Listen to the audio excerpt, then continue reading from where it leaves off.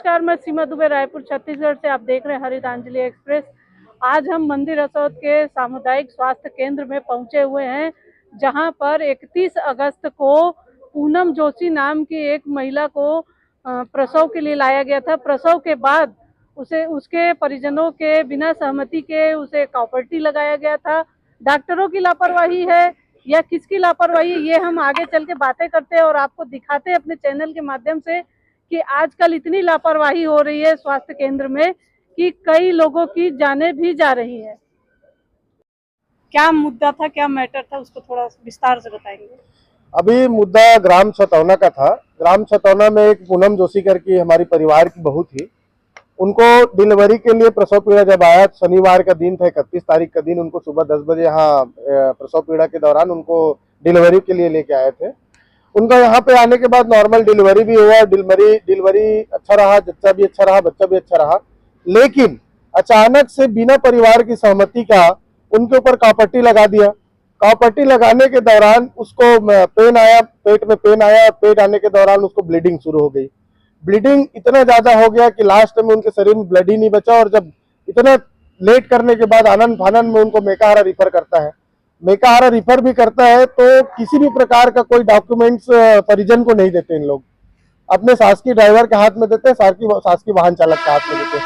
मैंने पूर्व में भी इस मामले में माननीय तहसीलदार साहब को ज्ञापन दिया हुआ है, जिला चिकित्सा अधिकारी के नाम से और माननीय कलेक्टर जिलाधीश महोदय के नाम से और माननीय स्वास्थ्य मंत्री जी के नाम से। मैं आगे भी 10 दिन का उसमें अल्टीमेटम टाइम है। 10 दिन हम देख रहे हैं क्या कर रहे हैं, दोषियों के ऊपर कार्रवाई कर रहे हैं, नहीं कर रहे, नहीं तो निरंतर हमारा धरना जारी रहेगा इसमें। और जो दोषी हो उनके ऊपर तो सख्त से सख्त कार्रवाई करें। मैं आपके चैनल के माध्यम से ही बोलना चाहूंगा। क्या नाम है उस डॉक्टर का जिसके द्वारा ट्रीटमेंट हुआ?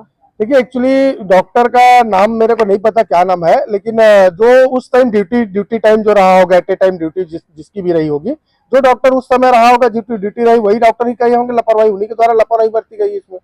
खून की कमी थी तो क्या यहाँ प्रसव के पहले भी जांच के लिए वो महिला आई हुई थी?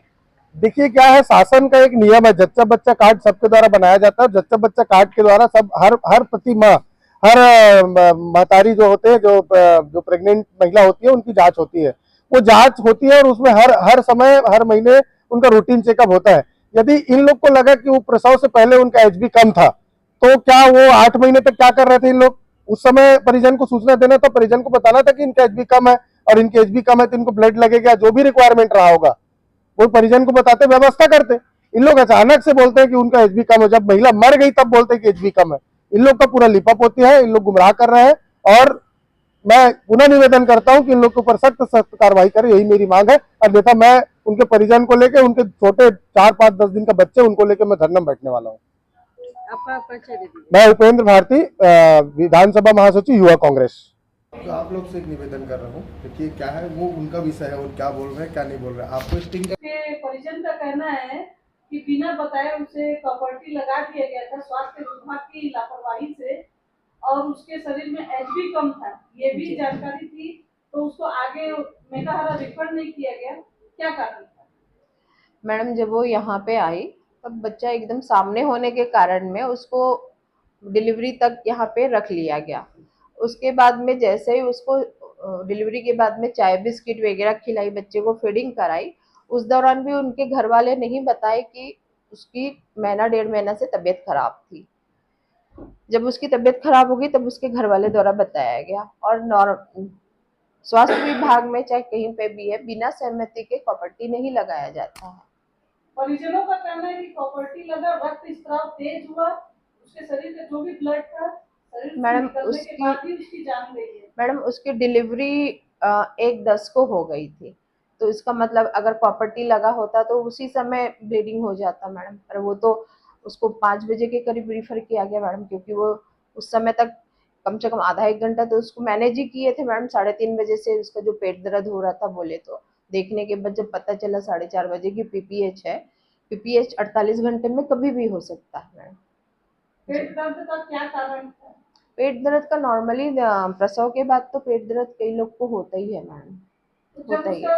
एक बार के बाद दोबारा फिर से पेट दर्द हुआ आपकी दवाइयों देने के बाद में, तो उसे तुरंत रिफर क्यों नहीं किया गया मैडम? मैम तुरंत रिफर किया गया, उसके बाद तुरंत रिफर किया गया। उसका जो भी प्राइमरी ट्रीटमेंट होता है खून रोकने का, वो सब करके दोनों हाथ में कैनुला वगैरह लगा के यहाँ आसपास जहाँ सभी लोग रहते हैं, आरएमए लोग भी रहते, तो उन लोग भी आके सारा कुछ काम करके उसको तुरंत रिफर किया। परिजनों को ये सारी चीजों की जानकारी दी गई थी कि किस तरह का ट्रीटमेंट हो रहा है, क्या चीज की उससे तकलीफ है?